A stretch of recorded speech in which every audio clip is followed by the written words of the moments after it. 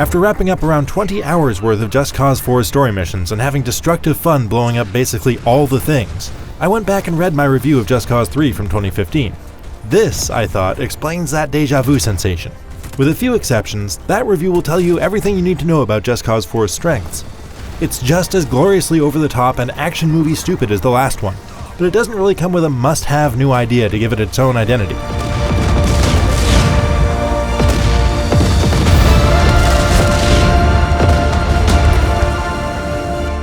If you're keeping track, this is now the 4th Latin tropical despot whom Rico Rodriguez, effectively the secret love child of Wolverine and a flying squirrel who was also a secret agent, has set out to depose. It's an almost completely twist-free story, and the dictator only shows up at the beginning and end.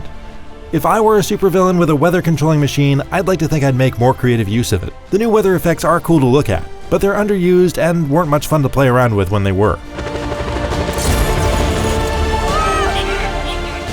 It's not that there's nothing new under the tropical sun. For one, the map of the island of Solís feels just as expansive as Just Cause 3's Medici, without directly repeating it.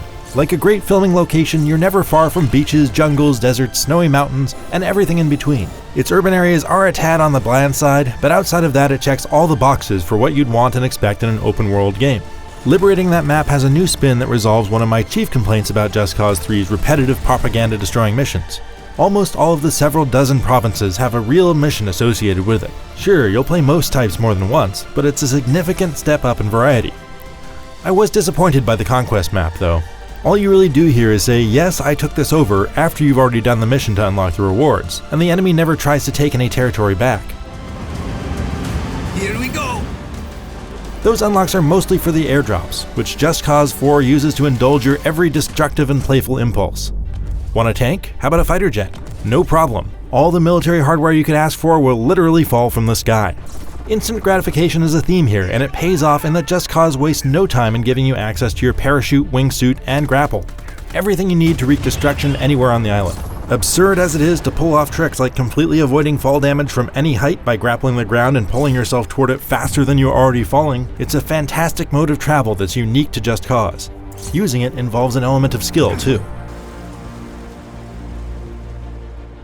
One of the big new features of Just Cause 4 is the alternate grapple modes, but they're really more of a physics novelty toy than a gameplay innovation. I'm sure they'll spawn a million goofy gifs, but the attachable balloons and thrusters aren't really effective in combat, and they're rarely used in puzzles. The superpowered retractor, on the other hand, is still the ultimate weapon. You can instantly tie any two things in the world together and make them kiss until one or both dies or explodes. It's as hilarious as it is overpowered. That said, combat in Just Cause hasn't been about challenge in a good long while. Rico can absorb so much damage and heal so quickly that most of these battles aren't a question of whether you can defeat the army of mercenaries lined up against you, because of course you can. And though there's some decent enemy variety this time around, the AI is little more than a punching bag. But it's the moments when the enemy is throwing all its firepower at you when Just Cause 4 feels the most sensational. Across the board, just about every weapon has an alt-fire function that usually makes up for the lack of grenades or placed charges. Most guns come with something that's at least as destructive, and the Sticky Mine Launcher fills that role nicely, though it is hard to come by. But I'd have loved to see Just Cause double down even more on destructibility than Just Cause 3 did, and it doesn't really. Just Cause 4 has everything you'd expect from a Just Cause game, almost to a fault. Relative to Just Cause 3, the improvements are widespread across its beautiful world, but generally minor. So while blowing up yet another dictator's army is the same kind of mindless explosive fun and physics-based comedy the series is built on, it doesn't do much to incorporate the new weather systems or grapple mods into combat. That leaves me with a distinct, more of the same feeling.